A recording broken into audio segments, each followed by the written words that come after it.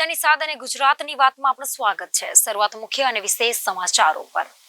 જંગલેશ્વર અને નીલકંઠ પાર્ક વિસ્તારમાં શ્વાનો બન્યા હિંસક। તો અમદાવાદમાં સિઝનની સૌથી વધુ ઠંડી, ત્યારે ગુજરાતમાં 3,51,00,000 લોકો મેળવે છે મફતમાં અનાજ। ત્યારે માતા પિતા માટે લાલબત્તી સમાન કિસ્સો સામે આવ્યો છે। રમતા રમતા બાળકો રેલવે ટ્રેક પર પહોંચ્યા અને ટ્રેને કચડી નાખ્યા। ગુજરાતમાં 2 વર્ષમાં પાસપોર્ટ ઇસ્યુ થવામાં 80% વધારો। સુરતમાં પતંગની દોરીથી બાઇક પર જતા યુવકનું ગળું કપાયું। રાજકોટમાં ઉત્તરાયણ પહેલા ચાઇનીઝ દોરી ઝડપાઈ। આજથી આમ આદમી પાર્ટીનું જનસંપર્ક અભિયાન। ગોંડલ માર્કેટિંગ યાર્ડમાં લાલ ચટક મરચાની આવક નોંધાઈ। ઝઘડિયાના બલેશ્વર ગામ ખાતે વસા સમાજની પ્રથમ સ્વાભિમાન સભાનું ભવ્ય આયોજન કરાયું।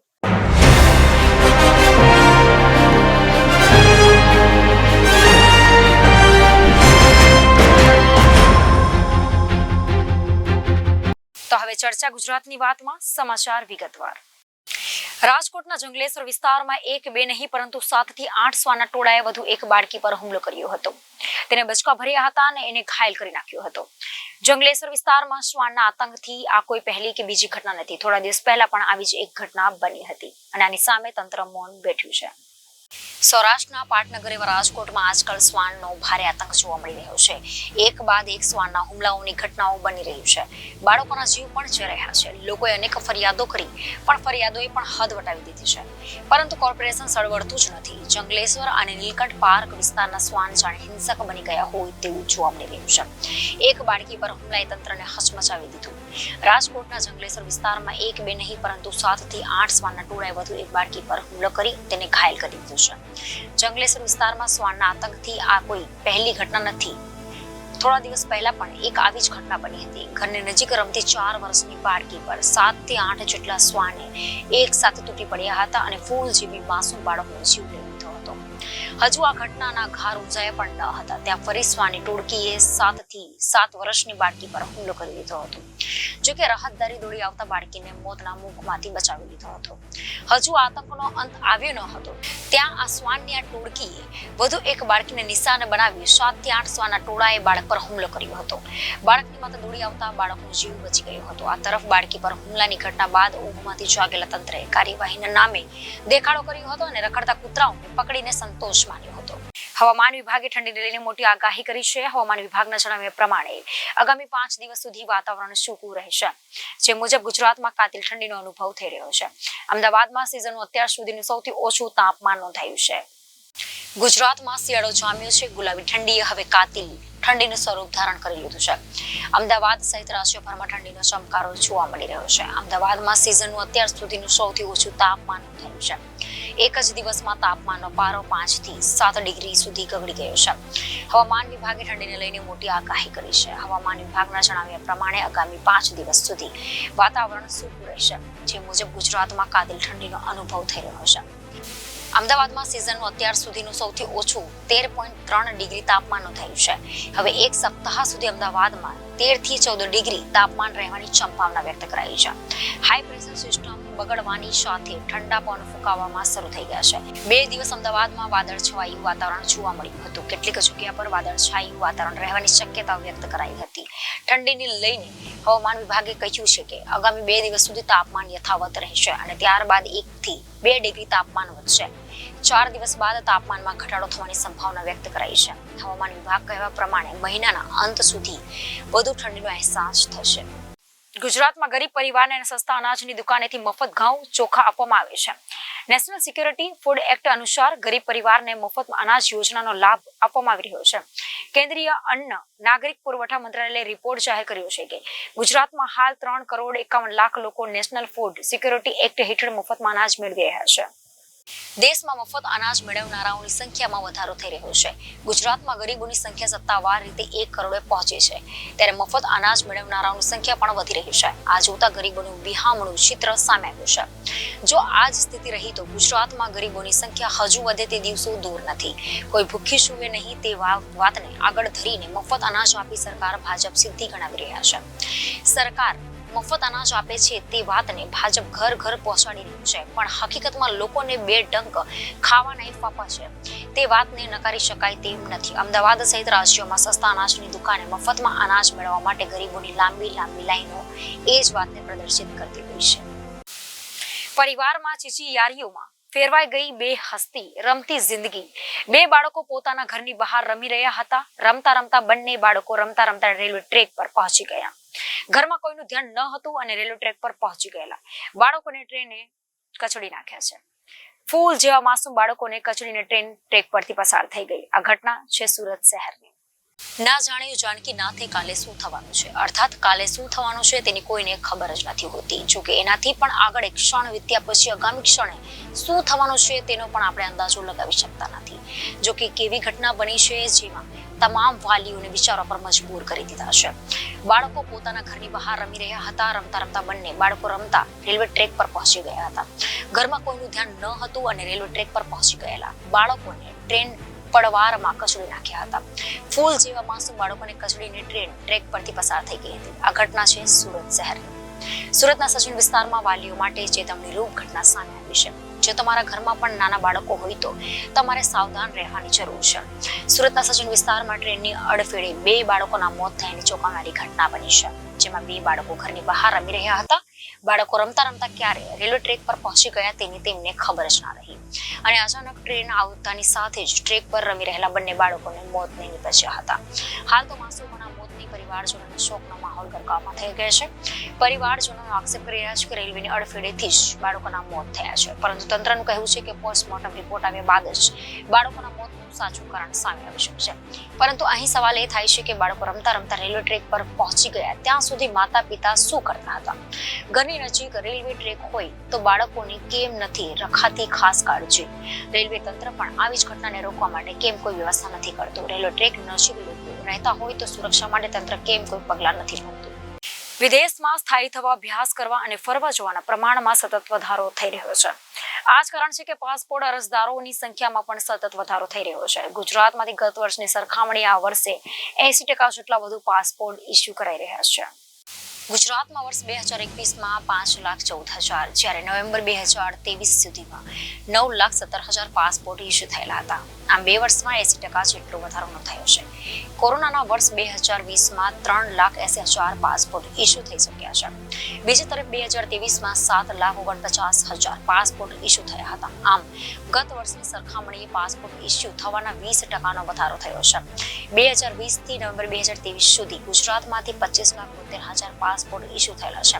પાસપોર્ટની અરજી કરનારા મોટા ભાગના 12મું પાસ કે તાજેતરમાં જ ગ્રેજ્યુએશન પૂરું કર્યા હોય તેવા યુવાનો છે.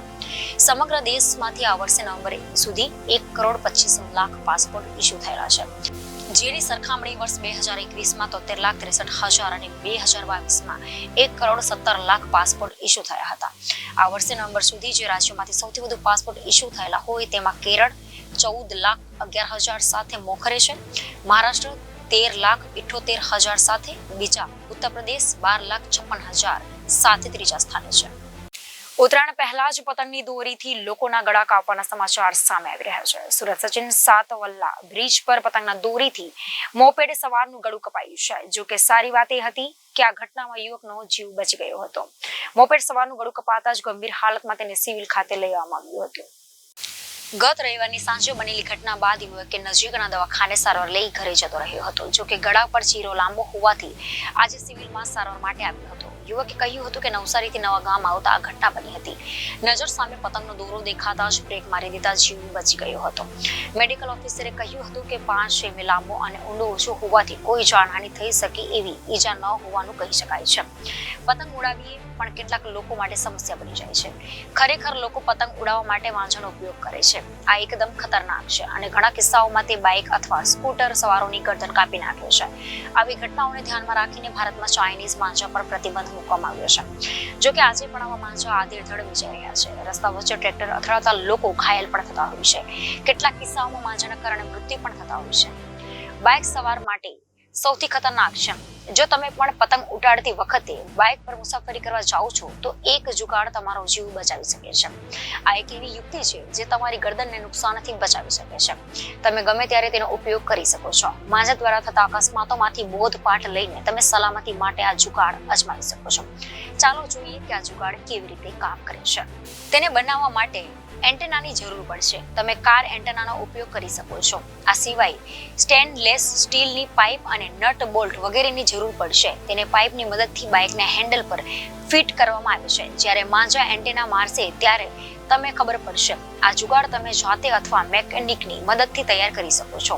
આ જુગાડ જીવન બચાવવામાં મદદ કરી શકે છે. આ સિવાય મોટી બાઇક વિઝરનો પણ ઉપયોગ કરી શકાય છે. નેક બેન્ડ, મફલર કે દુપટ્ટો વગેરે પણ વાપરી શકાય છે. ઉત્તરાયણને આડે હવે 1 મહિના જેટલો સમય બાકી છે ત્યારે પ્રતિબંધ હોવા છતાં ચાઇનીઝ દોરોનો ભરપૂર વેપલો થઈ રહ્યો છે. રાજકોટમાં ઉત્તરાયણ તહેવાર પૂર્ણ ચાઇનીઝ દોરો ઝડપાઈ આવ્યો છે. ક્રાઇમ બ્રાન્ચે શહેરમાં 146 નંગ ચાઇનીઝ દોરો ઝડપી પડ્યો છે. પોલીસે મોબાઈલ ફોન, કાર, ચાઇનીઝ દોરી સહિત 3,63,000 રૂપિયાનો મુદ્દામાલ કબજે કર્યો છે. ક્રાઇમ બ્રાન્ચે ચાઇનીઝ દોરી વેચવાના ગુનામાં કૌશલ મસરાણી અને નીરજ મસરાણીની ધરપકડ કરી છે. આખા દેશમાં ચાઇનીઝ માંજા પર પ્રતિબંધ છે, તેમ છતાં દેશભરમાં છુપી રીતે તેનું વેચાણ થઈ રહ્યું છે. દર વર્ષે આ ચાઇનીઝ માંજા હજારો પક્ષીઓ અને ઘણા લોકોના મૃત્યુનું કારણ બને છે. જોકે નેશનલ ક્રાઇમ રેકોર્ડ બ્યુરો પાસે આને લાગતો અલગ ડેટા નથી. વાસ્તવમાં મેટલ કોડેડ માંજાનો ઉપયોગ સમગ્ર ગુજરાતમાં ઉત્તરાયણ આસપાસ ખૂબ વધી જાય છે. તેથી એકવાર આ કોડેડ માંજા કોઈના ગળા સુધી પહોંચે છે, તે તેમના જીવને જોખમમાં મૂકે છે. આ ધાતુના કોડેડ માંજાને ચાઇનીઝ માંજા કહેવામાં આવે છે. ભારતમાં ચાઇનીઝ માંજાને કિલર માંજા પણ કહેવામાં આવે છે, કારણ કે તે અનેકવાર કોઈની ગરદન અથવા પક્ષીની પાંખને સ્પર્શ કરતો હોય છે. તે તેને કાપી નાખે છે. ચાઇનીઝ માંજામાં 5 પ્રકારના રસાયણો અને અનેક ધાતુઓનો ઉપયોગ થતો હોય છે. ચાઇનીઝ માંજાને નાયલોનની દોરીના મેટાલિક પાવડર મિક્સ કરીને બનાવવામાં આવે છે. નાયલોન દોરાના કાચ અને લોખંડ પીસવાથી પોલિશ કરવામાં આવે છે. ચીનાજી માંજા પ્લાસ્ટિક જેવો દેખાતો હોય છે અને ખેંચી શકાય તેવું છે. જ્યારે તમે તેને ખેંચો છો ત્યારે તૂટી જવાના બદલે વિસ્તારે છે. તેને કાપવું મુશ્કેલ છે, એટલે બાળકો કે પતંગ ઉડાવનારા લોકોને ગમે છે. અત્યાર સુધીમાં આ માંજા ચીનથી આવતો હતો, જ્યારે હવે આ માંજા ભારતમાં પણ બનવા લાગી ગયો છે. આ ચાઇનીઝ માંજા ચોમાસામાં પણ બગડતો નથી. આ ધાતુથી ભરેલા માંજાથી વીજળી પડવાનું પણ જોખમ રહેલું છે. વીજ કંપનીના જણાવ્યા અનુસાર જો આ ચાઇનીઝ માંજા દ્વારા 66 કે 35 kVની લાઇન ટ્રીપ થઈ જાય તો લગભગ 2500 ઘરોમાં વીજ પુરવઠો બંધ થવાનું જોખમ વધી શકે છે. જ્યારે આ ચાઇનીઝ માંજા રેલવે લાઇન પર પડે છે ત્યારે પણ પુરવઠામાં ઘણી વિક્ષેપ પડતું હોય છે. આજથી આમ આદમી પાર્ટી સમગ્ર ગુજરાતની તમામ 26 લોકસભા અને 182 વિધાનસભા જનસંપર્ક અભિયાન શરૂ કરશે. આ બાબત પર આમ આદમી પાર્ટીના પ્રદેશ સંગઠન મહામંત્રી મનોજ સોરઠિયાની પ્રતિક્રિયા સામે આવી છે. આમ આદમી પાર્ટીના પ્રદેશ સંગઠન મહામંત્રી મનોજ સોરઠિયાએ જણાવ્યું કે આજથી આમ આદમી પાર્ટી સમગ્ર ગુજરાતની તમામ 26 લોકસભા અને 182 વિધાનસભા આગામી 1 મહિના સુધી જનસંપર્ક અભિયાન શરૂ કરશે. આ જનસંપર્ક અભિયાનમાં આમ આદમી પાર્ટીના કાર્યકર્તાઓ, પદાધિકારીઓ અને નેતાઓ રોજ એક વિધાનસભામાં 2 થી 3 જગ્યાની મુલાકાત લેશે, સભાઓ કરશે અને સાથે સાથે ડોર ટુ ડોર અભિયાનના માધ્યમથી લોકોના ઘર ઘર સુધી જશે. આ જનસંપર્ક અભિયાન દરમિયાન આમ આદમી પાર્ટી ગુજરાતના મુદ્દાઓને લોકો સુધી પહોંચાડશે. નમસ્કાર. આજથી આમ આદમી પાર્ટી સમગ્ર ગુજરાતની તમામ લોકસભાની અંદર જનસંપર્ક અભિયાનની શરૂઆત કરવા જઈ રહી છે. ગુજરાતની તમામ 26 લોકસભાની તમામ વિધાનસભાઓની અંદર આમ આદમી પાર્ટીના કાર્યકર્તાઓ, પદાધિકારીઓ અને નેતાઓ દરેક વિધાનસભાની રોજે 2 કે 3 જગ્યાએ અલગ અલગ જગ્યાએ મુલાકાત લેશે અને સભાઓ કરશે. આ જનસંપર્ક અભિયાન દરમિયાન આમ આદમી પાર્ટી જે છે એ ગુજરાતના મુદ્દાઓને લોકો સુધી પહોંચાડશે. ગુજરાતમાં ભાજપની સરકાર બની અને 1 વર્ષ પૂરું થયું. આ 1 વર્ષની અંદર ભાજપે કરેલા વાયદાઓ અને આમ આદમી પાર્ટીએ કરેલા વાયદાઓની અંદર આજે શું ફરક છે, ગુજરાતની પરિસ્થિતિમાં શું ફરક પડ્યો છે, ગુજરાતના સામાન્ય લોકોના જીવનમાં શું ફરક પડ્યો છે, એની તમામ વિગતો જે છે એ જનસંપર્ક અભિયાનના મારફતે લોકો સુધી પહોંચાડવામાં આવશે. હમણાં 5 રાજ્યની ચૂંટણીઓ ગઈ. આ 5 રાજ્યની અંદર ભારતીય જનતા પાર્ટીએ પોતાના મેનિફેસ્ટોની અંદર બહેનોને દર વર્ષે 12,000 રૂપિયા જેટલા પેન્શન આપવાની વાત કરી, 450 રૂપિયામાં સિલિન્ડર આપવાની વાત કરી, ખેડૂતોને 12,000 રૂપિયા દરેક ખેડૂતના ખાતામાં આપવાની વાત કરી. આવા અનેક મેનિફેસ્ટોની અંદર વાયદાઓ એમણે અલગ અલગ રાજ્યોની અંદર કર્યા. પણ ગુજરાતમાં શા માટે નહીં? ગુજરાતના લોકો માટે શા માટે નહીં? ગુજરાતના લોકોનો શું વાંક છે? વર્ષોથી ગુજરાતના લોકો ભાજપને જીતાડે છે, એના માટે આજે આ પરિસ્થિતિ છે. એના માટે ગુજરાતના લોકો સાથે ઓરમાયું વર્તન કરવામાં આવે છે. આ તમામ મુદ્દાઓને લઈ અને આમ આદમી પાર્ટી જે છે એ આગામી દિવસોમાં આજથી શરૂઆત કરીને 1 મહિનો સુધી ગુજરાતના તમામ વિધાનસભાના ગામો સુધી જનસંપર્ક અભિયાન કરશે, ડોર ટુ ડોર જશે અને લોકોને આમ આદમી પાર્ટીની જે પત્રિકા છે એ પત્રિકા લોકોને સુપ્રત કરશે અને લોકો સાથે આ બાબતે ચર્ચા કરશે. આમ તો આ જે જનસંપર્ક અભિયાન છે એ લોકસભાની ચૂંટણીની તૈયારીના ભાગરૂપે આમ આદમી પાર્ટી દ્વારા શરૂ કરવામાં આવી રહ્યું છે અને આ જનસંપર્ક અભિયાનના મારફતે આમ આદમી પાર્ટી જે છે એની અમારી ઇલેક્શન કેમ્પેન છે, ઇલેક્શનની જે પ્રચારની શરૂઆત છે એ અમે કરવા જઈ રહ્યા છે. થેન્ક યુ, ધન્યવાદ. ગુજરાતનું નંબર 1 ગણાતું ગોંડલ માર્કેટિંગ યાર્ડમાં રોજિંદા વિવિધ જણસીઓની આવક થતી હોય છે, ત્યારે આજ રોજ માર્કેટિંગ યાર્ડમાં ગોંડલનું પ્રખ્યાત લાલ ચટાક મરચાની સિઝનની સૌ પ્રથમ આવક નોંધાઈ છે. માર્કેટિંગ યાર્ડમાં મરચાની અંદાજે 2500 ભરીની આવક નોંધાઈ હતી. સમગ્ર સૌરાષ્ટ્રભરમાંથી જેવા કે રાજકોટ જિલ્લો, જામનગર, જૂનાગઢ જિલ્લામાંથી ખેડૂતો પોતાનો માલ વેચવા ગોંડલ માર્કેટિંગ યાર્ડમાં આવતા હોય છે. સમગ્ર ભારતભરમાં ગોંડલના તીખા મરચાને લઈને જાણીતું છે. અહીંનું મરચું તીખાસને લઈને ગુજરાત ઉપરાંત અન્ય રાજ્યોના લોકોને પણ આકર્ષિત કરતું હોય છે. આ વર્ષે મરચાની સિઝન સૌ પ્રથમ આવક કરવામાં આવી છે. યાર્ડમાં આજ રોજ અંદાજે 2500 ભરીની આવક થઈ છે. હરાજીમાં મરચાના સરેરાશ 20 કિલોના ભાવ 2500 થી 4700 સુધીના બોલાયા હતા અને ઓનલાઈન રજીસ્ટ્રેશન મુજબ 500 ખેડૂતોને બોલવામાં આવ્યા હતા. મરચાની આવકની જાહેરાત કરતા યાર્ડ બહાર બંને બાજુ 1300 થી 1400 વાહનોની 3 થી 4 કિલોમીટર લાંબી લાઈનો લાગી જવા પામી હતી. મારું નામ શ્રીકાંત પટેલ, આપણે ગોંડલ હરિઓમ એન્ટરપ્રાઇઝ પેઢી, અને આજે જે મરચાની 60,000 ભારીની આવક થઈ છે એમાંથી અત્યારે હરાજી ચાલુ છે અને મરચાના ભાવ સાનિયામાં 3,000થી લગાડી અને 4700-4800 લગીના ભાવ આવે છે. અને મરચાની ક્વોલિટી વિશે શું કહેશો આપ? જે સારી ક્વોલિટી ઝાડવે પકવીને લઈ આવે છે ખેડૂતો, એના ભાવ ઊંચા થાય છે અને કાચું તોડે છે ઝાડવેથી, એના ભાવ નીચા થાય. શું આપ ખેડૂતોના શું સંદેશ કે બને ત્યાં લગી સારું ગ્રેડિંગ કરી અને વ્યવસ્થિત માલ લઈ આવે યાર્ડમાં તો સારા ભાવ મળે છે ખેડૂતોને. કાલે ગોંડલ માર્કેટિંગ યાર્ડમાં મરચાની આવક કરવામાં આવી હતી.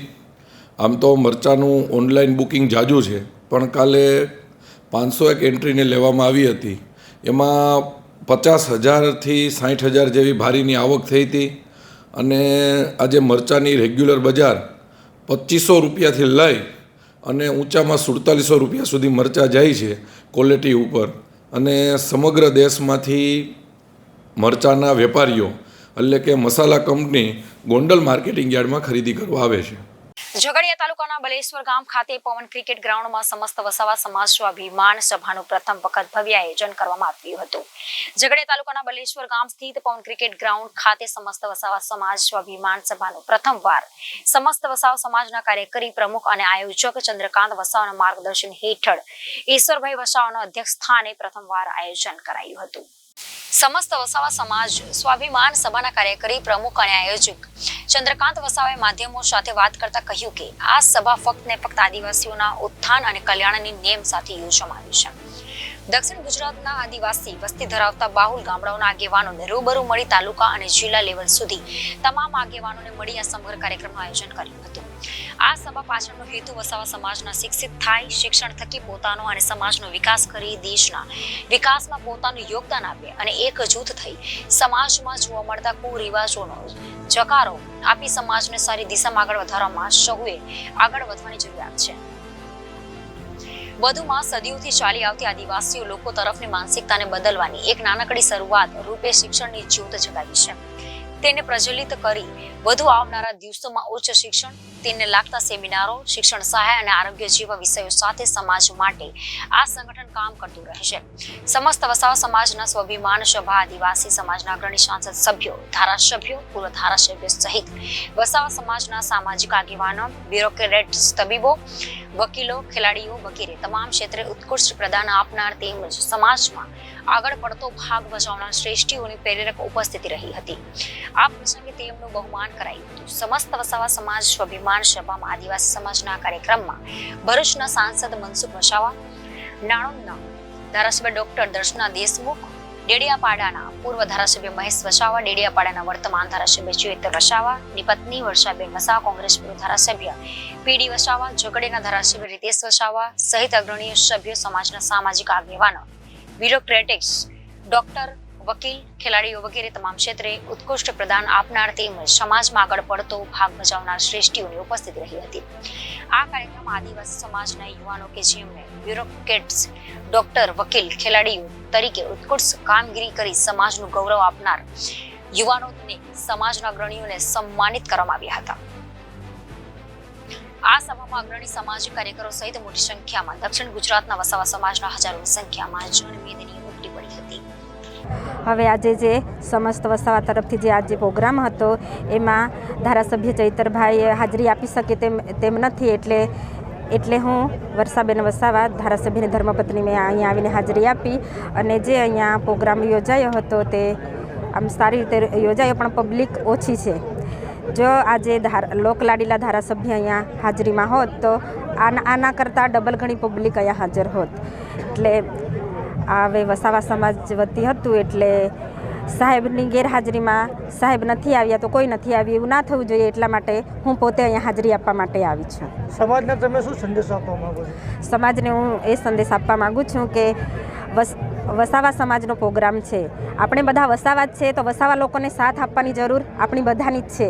એટલે વસાવા લોકોને હું ખાસ વિનંતી કરું છું કે તમે કોઈ પણ જગ્યાએ કોઈને પણ આમ કોઈ ઘટના બની હોય અને સહન શક્તિ કરવા માટે બધું વસાવા સમાજ ભેગું થઈ અને સાથ સહકાર આપે, એ જ મારી અપીલ છે વસાવા સમાજને. ચૈતરભાઈ અત્યારે જેલમાં છે તો સમાજને તમે એમના વિશે શું કહેવા માંગો છો? હવે ચૈતરભાઈ હાલ જેલમાં છે અને જે અમારી કાર્યવાહી કરવાની છે તે હાલ ચાલુ છે. એટલે જ્યાં સુધી ચૈતરભાઈને ન્યાય ના મળે ત્યાં સુધી લોકો અમારી સાથે આવે, અમને સાથ સહકાર આપે અને અમને ન્યાય મળે ત્યાં સુધી અમને સાથ સહકાર આપતા રહેજો. કેમ કે ધારાસભ્ય સાહેબ બધા જ આદિવાસી લોકો માટે લડાઈ લડે છે, એટલા માટે મને પણ વિશ્વાસ છે કે મારા વસાવા લોકો મને સાથ સહકાર આપશે. જે બધાને ખબર છે કે મારા બોલી રહ્યા પછી ખરેખર તો કોઈનું ભાષણ હોઈ જ ના શકે, છતાં પણ કેટલાક લોકોએ માઇક ખૂંચીને બોલવાના પ્રયત્નો કર્યા અને મંચ પર બેઠેલા જે અધિકારીઓ હતા, કર્મચારીઓ હતા, જે વસાવા સમાજનું ક્રીમ કહેવાય એવા લોકોનો અને કેટલાક રાજનીતિક ક્ષેત્રે કામ કરનારા અલગ અલગ પાર્ટીના બધા જ પાર્ટીના લોકો હતા, કોંગ્રેસના હતા, ભાજપના હતા, બીટીપીના હતા, બીજા બધા જ પાર્ટીના હતા, આપના નેતાઓ પણ હતા. એ બધા એક શાંતિથી બેઠા હતા.